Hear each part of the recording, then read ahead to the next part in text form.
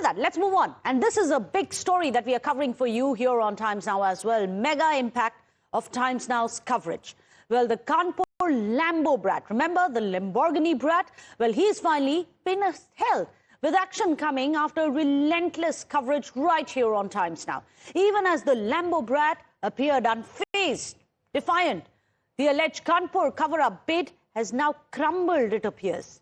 We have questioned and exposed what we described as lies and every bizarre theory that was put under the scanner. 4 days after the horrific Lambo crash, Shivam has been arrested from his house where he had, remember, on the day after the accident, locked out the police. They were standing outside the gates, not allowed to enter the house to arrest him. Now, finally, many days later, the law has caught up with the tycoon's son, the tobacco tycoon's son, as Times Now leads the Kanpur coverage and demands that this VVIP brat not be allowed to get away with it. Well, on your screens, you can see the first visuals which are coming in of VVIP's brat arrest. That is Shivam right there in the middle of your screens, 4 days after the crash, which injured, well, there are two versions of it as to how many people were injured, either 6 or 1 person injured. Well, there have been varying flip-flops which we have seen in the case right from after the accident had happened. But what you can see very interestingly is right after the accident, which is in the extreme left-hand corner of your screens, right after the accident, you had Shivam being dragged out. And mind you, this is from the driver's seat by his own personal bodyguards, his own bouncers, who were there in a pilot vehicle following the Lamborghini in which he was allegedly driving. You can see his bodyguards being dragged out, but despite that, he wasn't arrested. He was taken to the hospital, then he returned back home. He was not arrested for so many days. Why? Let me put that question across to Vinod Mishra, who's joining us. Vinod, 4 दिन लगे शिवम को arrest करने में. अच्छी बात है कि at least arrest हुआ. ये बड़ा ह्यूज टाइम्स नाउ इम्पैक्ट रहा है कि उनका अरेस्ट हुआ. But 4 days, a lot of evidence may have just disappeared. उनका अब तक टॉक्स स्क्रीनिंग नहीं हुआ, उनका मेडिकल नहीं हुआ. और अगर, as the allegations have been coming in, if there is any influence on witnesses, 4 दिन के डिले के बाद इस अरेस्ट का क्या मायना है? बिल्कुल, देखिए, 2 बहुत इंपॉर्टेंट फैक्ट्स है जिसका जिक्र आपने भी किया है. पहला कि फर्स्ट डे जब इंसिडेंट हुआ था, अगर उसी दिन उसका मेडिकल चेकअप हुआ होता तो ये साफ हो पाता कि उसने कोई अल्कोहल कंज्यूम किया था या नहीं किया था, क्या वो नशे में ड्राइव कर रहा था, उसने कोई ड्रग्स लिया था. क्योंकि जो आई विटनेसेस थे वो ये इस बात का लगातार दावा कर रहे थे कि जो आरोपी है वो उसकी स्पीड बहुत तेज थी, शायद वो अल्कोहल के नशे में था. लेकिन अभी चूंकि मेडिकल उस वक्त नहीं हुआ है तो ये बातें प्रूव करना बहुत मुश्किल होंगी. दूसरी बात, फैमिली ये क्लेम कर रही थी कि बीमार है. अभी भी जब वो पुलिस ने उसको गिरफ्तार किया है तो वो ये प्रिटेंड कर रहा है कि वो बहुत बीमार है. उसके हाथ में वीगो लगे हुए हैं. डॉक्टर्स की एक टीम, जो उसके पर्सनल डॉक्टर्स है, उनकी टीम लगातार उसके साथ मौजूद है. और फैमिली के वकील ये क्लेम कर रहे हैं कि वो पारस हॉस्पिटल में एडमिट था जहां से उसको पुलिस ने अरेस्ट किया है. जबकि पुलिस कह रही है कि उसके घर के पास से, जो आर्य नगर में उसका घर है, वहां से अरेस्ट किया गया. जबकि फैमिली के वकील, जो लॉयर है, वो क्लेम कर रहे हैं कि उसे पारस हॉस्पिटल के पास से जब उसको डिस्चार्ज किया गया तब उसको अरेस्ट किया पुलिस ने. अभी कोर्ट में जो वकील है एक्यूज के, उनके तरफ से एक एप्लीकेशन मूव की गई है उसके बेल के लिए. उनका कहना है कि इसे फाल्सली इम्प्लीकेट किया जा रहा है इस पूरे केस में.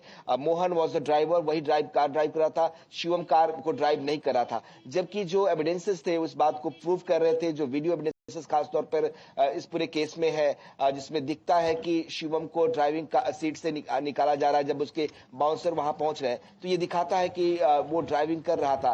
बट फैमिली अभी भी क्लेम कर रही है, जो फैमिली के लॉयर्स हैं वो ये क्लेम कर रहे हैं कि ये पूरा केस फॉल्स है, फॉल्सली इम्प्लीकेट किया जा रहा है उसके शिवम को, वो ड्राइविंग नहीं कर रहा था. तो अब माफ करिएगा, कोर्ट को डिसाइड करना है कि ये पूरा मामला क्या है, क्या वो ड्राइव कर रहा था या नहीं कर रहा था. हालांकि ये भी कहा गया है कि जो ड्राइवर मोहन था उसको भी कोर्ट में पेश किया गया, प्रोड्यूस किया गया था. ट्यूसडे को सरेंडर किया था उसने कोर्ट में, लेकिन कोर्ट ने उसके सरेंडर को एक्सेप्ट नहीं किया था. तो जाहिर सी बात है कोर्ट भी इस पुलिस के इन्वेस्टिगेशन को सही मान रहा है कि ड्राइवर जो था वो शिवम ही था, शिवम ही कार ड्राइव कर रहा था। तो अब देखना होगा कोर्ट थोड़ी देर में क्या फैसला देता है। इस पूरे जो एप्लीकेशन मूव की गई है एक्यूज की ओर से, एक्यूज के लॉयर्स की ओर से, उस पर कोर्ट का क्या रुख होता है, वो थोड़ा सा वक्त लगेगा, उसको पता देखना होगा। लेकिन अभी जो प्राइम फेसाई और जो इंफॉर्मेशन पुलिस ने शेयर किया है, उसके मुताबिक पुलिस इस बात को लेकर बिल्कुल मुतमईन है कि ड्राइविंग सीट पर उस वक्त जब ये हादसा हुआ तब शिवम ही था, शिवम ही कार ड्राइव कर रहा था। उसी कार से 4 से 5 लोग जो है वो जख्मी हुए थे, जिसमें एफआईआर दर्ज की गई। पहले अननेम्ड थी, बाद में शिवम का नाम डाला गया। जी। And that's an important one as well, as Vinod has pointed out. Initially, it was an unnamed person in the FIR. Questions were raised only over 24 hours later, when there was consistent pressure being built right here on Times Now. Did the police of Kanpur finally add Shivam Mishra's name to that FIR? They had dragged him out. They had taken him to the hospital where he was treated. He went back home, but his name did not appear in the FIR, nor was he arrested. Would that happen for any other common man of India? One wonders. Well, Shivam Mishra, of course, has a lot of high-powered defense. He has his father, who's a business tycoon. He has a lawyer who claims that he has been held wrongly. In fact, his father, as well as his defense team, claims that he wasn't even driving at the time. It was, in fact, the driver. Listen in to the defense. क्या update है, कैसे उनको हाल गिरफ्तार किया है, कैसे कर रहे हैं? ये अभी बताता हूँ बाद में, ये बाद में बताता हूँ, ये अभी बाद में बताता हूँ। क्या लगता है गिरफ्तार किया? पुलिस ने उसको गलत गिरफ्तार किया है, गाड़ी वो नहीं चला रहा है। It's bizarre as it gets. He has the lawyer claiming he was not driving the car. He was pulled out from the driver's seat in the visuals that you can see on your screens. Let me go back across to Vinod Mishra. Vinod, जब ये defence mount कर रहे हैं कि वो drive कर ही नहीं रहे थे, ड्राइवर का कहीं पर और कोई इंसान नहीं दिख रहा उनके आसपास, किस बेसिस पे ये डिफेंड करने वाले हैं इस स्टैंड को? देखिए, अभी भी जो लॉयर्स है डिफेंस के, वो यही क्लेम कर रहे हैं कि फाल्सली इम्प्लीकेट किया गया है शिवम मिश्रा को।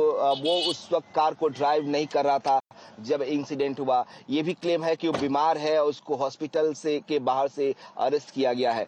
लेकिन जो इम्पोर्टेंट फैक्ट है वो ये भी है कि पुलिस जो इस पूरे मामले को इन्वेस्टिगेट कर रही है, जिसके पास इलेक्ट्रॉनिक और वीडियो एविडेंसेस है, उसी एविडेंसेस के आधार पर उन्होंने माना है कि शिवम कार को ड्राइव कर रहा था। और पब्लिक फोरम में भी वो एविडेंसेस है, वो वीडियो वायरल है कि कैसे उसके बाउंसर्स जब इंसिडेंट होता है उसके बाद वहां पहुंचते हैं एक्सीडेंट के बाद और उसे ड्राइविंग सीट से रिकवर करते हैं, बाहर निकालते हैं और उसको हॉस्पिटल लेकर जाते हैं। तो ये एविडेंस बहुत पुख्ता है। कोर्ट को डिसाइड करना है कि वो डिफेंस के इस तर्क से कितना सहमत है। लेकिन जो जानकार है वो ये मानते हैं कि कोर्ट इस बात को जरूर एडमिट करेगा कि पुलिस ने जो इन्वेस्टिगेशन किया है कि शिवम ही कार को ड्राइव कर रहा था, और ये फैक्ट जरूर कोर्ट के सामने आएगा। लेकिन जो लूप होल है वो यही है कि इस पूरे मामले में जो मेडिकल शिवम का उस दिन नहीं हुआ था और इसलिए एफआईआर में अननेम्ड एफआईआर था। तो ये कुछ लूप होल से इसका फायदा उठाने की डिफेंस कोशिश जरूर करेगा। लेकिन लगता है कि कोर्ट इस पूरे मामले पर जो विक्टिम्स हैं उनके साथ होगा। Well, we are absolutely hopeful that there's going to be justice at the end of it. But there are loopholes, as Vinod Mishra is pointing out to us. That his name was not initially added to the FIR. Shivam Mishra, will he use that as a loophole? Second, that there was no medical done of his for 4 long days. We will never know if there was anything which shouldn't have been there in his bloodstream 4 days later. And the third and the biggest problem here, 4 days of a gap. What happened in that? There are experts who have raised the possibility, what if there were alibis who were put in place, there were witnesses who were influenced or paid off. What happened in those 4 days and what will it cost the probe? But right here on Times Now, the fight for justice will continue as it has this entire week. Without a short break, don't go anywhere.